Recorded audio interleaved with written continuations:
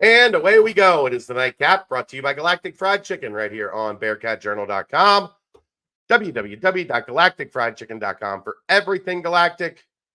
Go to the website. They will deliver right to your front door, pretty much anywhere inside the 275 loop, or head down to Dayton, Kentucky. Tell them to pump it up.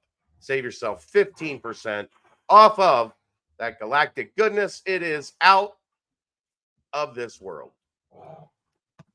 All right, Aaron, let's get to this. It's been an eventful day in the Brendel household. I am now the proud dad of a high school freshman. Yeah, we had one here too. Yeah, it's going to be a long summer. Is yours wanting to have girls over to the house? Yes. Yeah, mine's wanting to have boys come over here. So bridge we don't have to cross quite yet. We're getting the pressure is mounting on that one for us. I'm sure. Look, we have two households, so things are a little more lax. Yeah, anyway. Makes sense. Yeah. Anyhow, so yeah, went out, had some dinner. That was an interesting event.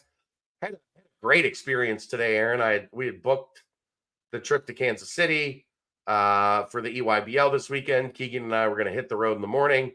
Airbnb got back to me today and said, "Oh, by the way, that room you booked, there's a mix-up between the calendars of the owner of the site and what was displayed, and so we're gonna have to cancel, and you don't have a place to stay." They did what Keegan did the one time. Yeah. We messed up the calendar. And then I start looking, and it's a holiday weekend in a major, of course, city. The hotel prices, we had gotten a pretty good deal. The place that we were going to stay, it was going to be like under $400 for the 2 days. What I was looking at after that was like $750 for 2 nights in Kansas City. So we're gonna put that money. Just stay in a car in the barbecue parking lot. No, I'm not. No, I am not 24. Keegan probably would. If we told him like bring a blanket and a pillow and sleep in your car, he would be like, okay. There's still time. No, I'm not doing it. I'm too old for that stuff. Not happening. So we'll put it back in the travel budget, and we'll invest in something else. In it. Yeah, sorry about that. But how about you? Anything good? Did you have 8th grade graduation tonight? Do you do 8th grade graduation out there? No. Because they're just transitioning. All three. We're in a community where the elementary school is attached to the middle school, is attached to the high school. So yeah we're all. It's not called graduation here. It's called a bridgement ceremony. You're bridging from 8th grade to 9th grade. Well, but you're going to a whole different school, right? It's the same district. Like she'll go to school with the same people. It's okay. It's just not connected, but it's like a half mile down the road. I thought you did parochial for some reason. No, come on. You thought I'd send my kid to private school? Look, might be good for her. She would get kicked out so fast. I stand on it might be good for her. So fast. But anywho, let's get this ball rolling. Sure. Tonight, enough for the life updates leading into Memorial Day weekend. Baseball. 10-5. The Fat Cats started ice cold, got down 8-0, 8-1 after 2 innings. Yeah, 8-0 after 2 innings. They battled back some, scored a couple runs in the 9th to at least raise an eyebrow to see, are they going to do some crazy stuff again? Like, are they going to? No, it didn't happen. They fall to Texas Tech. Is really good. Yeah, they were the 10 seed, but they've been playing really well the past 3 days. That's for sure. Yeah. So look, Jordan Bishel, well done, sir. Well done. We will circle back to that in a minute. The other big news of the day, the House versus NCAA suit has been settled. I don't have a ton to say about this. We have spent all week on it. I hope everybody enjoyed Justin Williams' segment last night. If you want to know more about this case, go back and watch our interview with Justin. We went 30 minutes, which we almost never do on this show. There's a lot of good information in there, but basically it settled what we knew was going to settle. There's, 20 plus $20 million a year that the Power Five, each Power Five school is going to revenue share with their athletes. There is still a lot to be worked out here outside of this case, such as, are the athletes employees? The NCAA is going to go down once again, kicking and screaming that they are not, because that opens up a whole other can of worms that is very, very expensive, like insurance and pension and all those good things. Workers' comp. Don't forget about that one in sports that, yeah. So there's still a lot to come, but the door has been kicked open, Aaron. The schools are going to pay the players, and not a stipend, not what did they call the cost of attendance, where they paid them whatever the cost of attendance was, difference between their scholarship for a couple years, and that threw a little bit of coin in their pockets. But now $22 million per school is a significant number. 22 plus million, 22%. 20 plus million per school is a significant number. The times, they are a changing. If only they had gotten out ahead of it, I don't know. We talked about that last night, where if they had done this years ago, we could have been well on our way. But because they took so long to try and figure this out, it's going to take just as long to unravel this mess of a knot that they have, because we've danced circles around this topic for decades. We're at least 5, probably 10 years from settling into whatever the next era of college athletics is. Well, and once the dust does finally settle, you're going to have, it'll never be over, because you'll still have negotiations for the CBA, which will eventually be a thing. We're all but sure of it at this point. So it's coming. Kicking and screaming. Yep. The NCAA will eventually, they will go away, and it will be kicking and screaming, and there will be something new. I used to fight against that for a long time, until I continued to see how inept they were at understanding, at reading the room. It's unbelievable how bad they are at just very simple context clues as to where this is all going. And they are quite literally like the cat being drugged with its nails in the ground. That's because the people who are in charge went to school college back in the 70s or earlier. Easy. 60s. They're like 70, 80 years old. I know. I'm kidding about making old jokes. No, that's facts. I know. So yeah. You see the news about the Big 12 commish, what he made, the old commish made his last year? 17.2, I think it was, 17.8, something like that. Mm-hmm. Nuts. Good gig if you can get it. He made he made about what schools are going to be giving to their athletes every year. All of them. Imagine what the future czar of the NCAA is going to make. $8.43 at this rate, because they're not going to have any money. They're going to be bankrupt. We don't see eye to eye on that. Oh, look. Somebody's going to get theirs. You saw the other court case in Colorado did not get moved to California. So it is continuing in Colorado. separate of this and did not get folded into this lawsuit. So there's another probably big payday coming out of the NCAA's ass. Well, again, you kick the can down the road long enough. The bills continue to mount up, but you made sure you spent every dollar of that budget every single year. But let's get back to the Bearcats, Aaron. I don't want to go too long on this, but baseball is done. That essentially, there are still a few track athletes competing.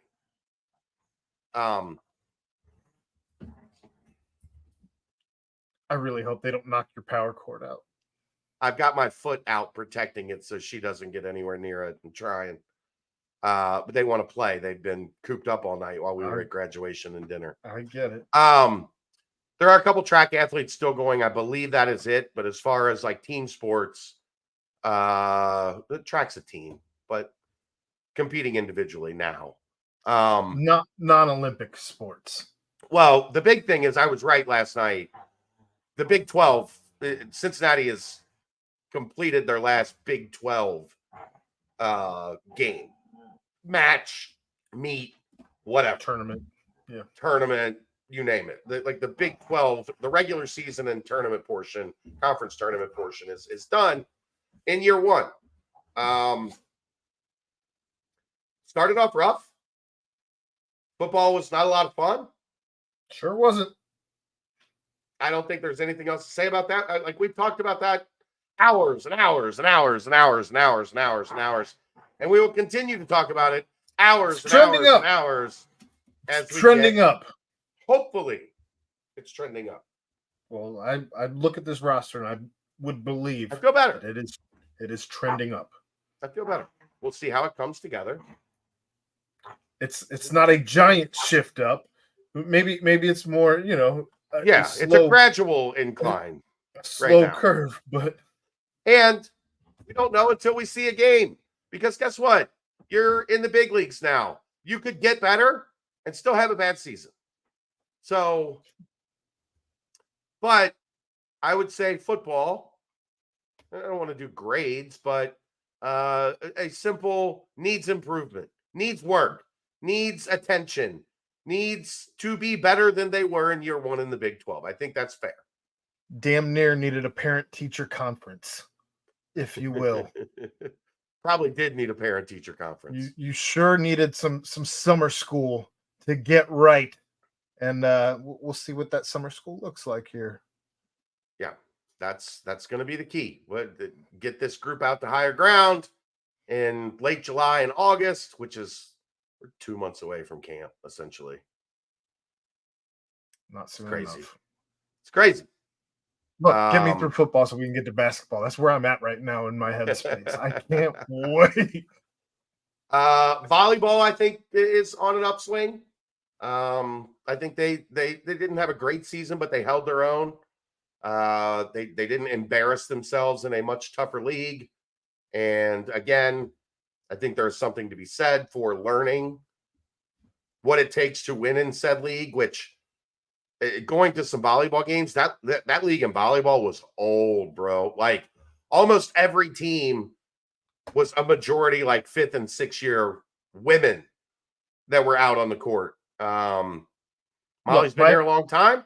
I was going to say my only exposure to volleyball was Molly Alvey on the 5-on-3 day, and she is a gem. She has been here longer than any other coach in any of the major sports that I know of. She's been here, I believe, since 2012. So she's nothing short of a gem, and I'm sure she'll get things turned around here quickly. Basketball, I think both men's and women are kind of in the same category in that they held their own. It wasn't good enough, but for either. They didn't look out of place. They didn't look overmatched. They didn't look overwhelmed in the league. No, and which is a good starting point, I think. I agree, and I think more impressive than what either of them did in the regular season last season. I think what they've done, both of them, in the offseason has been probably as impressive, if not more impressive, than what they did in the regular season, with the additions that they've added for the future, whether that be for this upcoming season in the transfer portal or for the 2025 era in recruitment. And there's the anticipation is building for both programs. When it's signaled today that they have something brewing. I saw. They do. I think they are still adding for this coming season. Like this, or I don't know which one's in front. We got to have Katrina really. I think I did it wrong when we had her on and she corrected me. And I'm not smart enough to figure out which one. It's like it's confusing with the camera. I get confused because right, it's not a mirror, and I'm very discombobulated. You're dizzy right now, aren't you? A little bit. I mean, it's not late enough for that yet. But look, Katrina Merriweather has them trending up. I think there's still a couple more additions to come for this upcoming season, and then they're working hard on 2025. Wes Miller, my estimation is that they are done with the roster, but in this era, who knows? You never know. Something could happen. I'm not expecting something to happen, but something could happen. But I think they're done. I think this is what we'll see for 2024-25, and it looks pretty good. Like I said, get me through football season. Can't wait. I also imagine that outside Wes Miller, I wonder if there's a more talked about guy who's not in the top 10, a more talked about coach that's not in the top 10 currently, just with what he was able to do, and kind of feel like he kind of surprised a lot of people in what he was able to do this offseason. So I think our expectations are lofty, but they also come tempered with the fact that we are still in the Big 12 and everyone's expectations seem to be lofty. And everyone, every year, has a good offseason. Everyone goes into the portal and gets good players. Everyone has a good roster. Like, you gotta get used to it, because that's not changing anytime soon. No, it's like those Euro soccer leagues that go and poach everybody from all the other places around the world that are not the Euro soccer leagues. There's great coaches. There's great schools. There's great support. Like, everybody in this league cares. Even the new teams you're bringing in, it's a high priority. It is not going anywhere. So that's the fun part, Aaron. Every offseason is going to be like this, because every offseason, there is no cruising through an offseason. Actually, this might be the calmest offseason we're going to see in a couple of years. We'll get there. Yeah, because they only added 3 guys, right? It's going to be a lot more than that going forward. Yeah. And then baseball. I love Jordan Bishel. I am not kidding you. Outside of Doug Martin, I can't imagine having a beer with both of them at the same time. But I think Jordan Bishel is he's my best friend, and he doesn't know it yet. He exceeded all expectations. Truthfully, he came in. Nobody quite knew what to expect. We knew he had found winning ways. He had won. He had found winning ways in Central Michigan, but taking on the Cincinnati Bearcats, who have not had a ton of success over the course of the last decade or so, and while also transitioning to a new position here at Cincinnati, they were moving into a new conference, as was everybody. Obviously, we knew they were. I mean, that's what caught up to them today. Their pitching, their starting pitching, wasn't great in day 1 and day 2. Yeah. So then you're running out of depth on day 3. That's going to be interesting for them in the portal and the freshmen that they're bringing in to see if they can bolster the pitching staff. But they play a fun brand of baseball. They're fundamentally sound. They never give up. No, he's able to finish. He squeezes every last drop of what they have. Yeah. And he's got it. And right now, I think that as John Cunningham looks at the landscape of the coaches he's brought in underneath him and looks at, over the landscape of Cincinnati Bearcats athletics, he's got to be happy right now overall. And the one spot that maybe you think needs the most improvement is probably football. And I think that what Satterfield has done here over the course after the first season, I think that we can palpably see the changes that have been made. It's just a matter of how they'll translate. Yep. All right. It's going to wrap it up. We'll be back at some point this weekend. It's Memorial Day weekend, so for the most part, we'll probably enjoy some family time, but we'll see you sometime here soon. That's a nightcap brought to you by Galactic Fried Chicken right here on BearcatJournal.com. See ya!